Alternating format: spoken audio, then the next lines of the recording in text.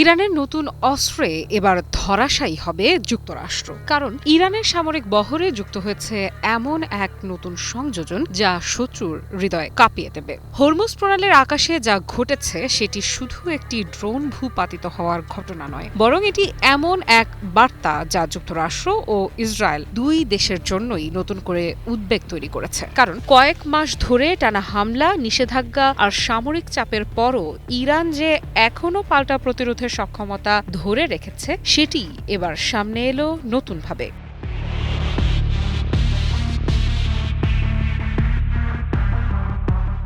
চলতি সপ্তাহের শুরুতে ইরান দাবি করেছে তারা হরমুজ প্রণালীর কাছে মার্কিন MQ-9 রিপার ড্রোন ভূপাতিত করেছে। আর সবচেয়ে বড় চমক হলো এই হামলায় ব্যবহার করা হয়েছে সম্পূর্ণ নতুন এক বিমান প্রতিরক্ষা ব্যবস্থা যার নাম আরাশ-ই-কামানগির। ইরানের ভাষায় এটি দেশীয় প্রযুক্তিতে তৈরি এবং যুদ্ধক্ষেত্রে এই প্রথম ব্যবহার করা হয়েছে। কেশম দ্বীপের কাছে আকাশে উঠছিল মার্কিন নজরদারি ড্রোন, তখনই সেটিকে লক্ষ্য করে হামলা চালানো হয় বলে দাবি তেহরানের। যদিও যুক্তরাষ্ট্র এখনো পর্যন্ত এই বিষয়ে বিস্তারিত কিছু জানায়নি, আর স্বাধীনভাবেও পুরো ঘটনার সত্যতা যাচাই করা যায়নি। কিন্তু তারপরেও আন্তর্জাতিক বিশ্লেষকদের দৃষ্টি এখন আটকে আছে এক জায়গায়: এই নতুন প্রতিরক্ষা ব্যবস্থা আসলে কতটা কার্যকর। আরাশ-ই-কামানগির নামটিও বেশ কৌতূহলী। পারস্য পুরাণের কিংবদন্তি তীরন্দাজ আরাশের নাম অনুসারে এর নামকরণ। লোককথায় বলা হয় তার ছোড়া তীর দিয়েই একসময় ইরান ও মধ্য এশিয়ার সীমানা নির্ধারিত হয়েছিল। আর এখন সেই নামেই তৈরি হয়েছে এমন এক প্রতিরক্ষা ব্যবস্থা যা নাকি রাডার ফাঁকি দিতে সক্ষম, ড্রোনও শনাক্ত করতে পারে। ইরানের সংবাদ মাধ্যম ফার্স্ট নিউজ বলছে এই সিস্টেম মূলত শত্রু নজরদারি বিমান ও ড্রোন মোকাবেলার জন্য তৈরি। সবচেয়ে গুরুত্বপূর্ণ বিষয় হলো এটি বড় ও স্থায়ী রাডারের উপর নির্ভরশীল নয়, অর্থাৎ সহজে স্থান পরিবর্তন করা যায়, দ্রুত মোতায়েন করা যায় আর রাডারের পর দ্রুত সরিয়েও ফেলা যায়। আধুনিক যুদ্ধে এমন মোবাইল সিস্টেমকেই এখন সবচেয়ে কার্যকর হিসেবে দেখা হচ্ছে।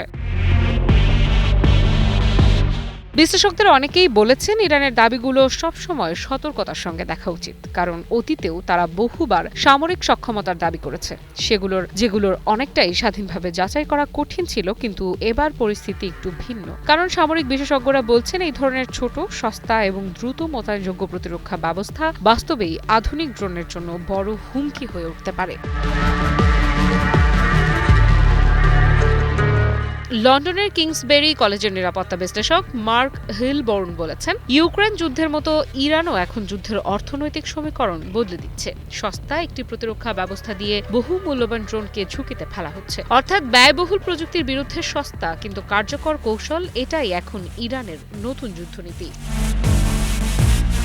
আর এখানেই সবচেয়ে বড় প্রশ্ন, যুক্তরাষ্ট্রের অত্যাধুনিক MQ-9 রিপার যদি সত্যি এমন ব্যবস্থার কাছে দুর্বল হয়ে পড়ে, তাহলে ভবিষ্যতের সংঘাতে ওয়াশিংটনের কৌশল কতটা বদলাতে হবে। নিরাপত্তা বিশ্লেষক অ্যালেক্স আলমেদা মনে করেন এই নতুন সিস্টেম সম্ভবত তাপ অনুসরণকারী গাইডেড প্রযুক্তি ব্যবহার করছে, অর্থাৎ বড় রাডার ছাড়াই ড্রোনের তাপ শনাক্ত করে লক্ষ্যবস্তুতে আঘাত হানতে পারে। ধীরগতির নজরদারি ড্রোনগুলো এমন প্রযুক্তির কাছে সবচেয়ে বেশি ঝুঁকিতে থাকে।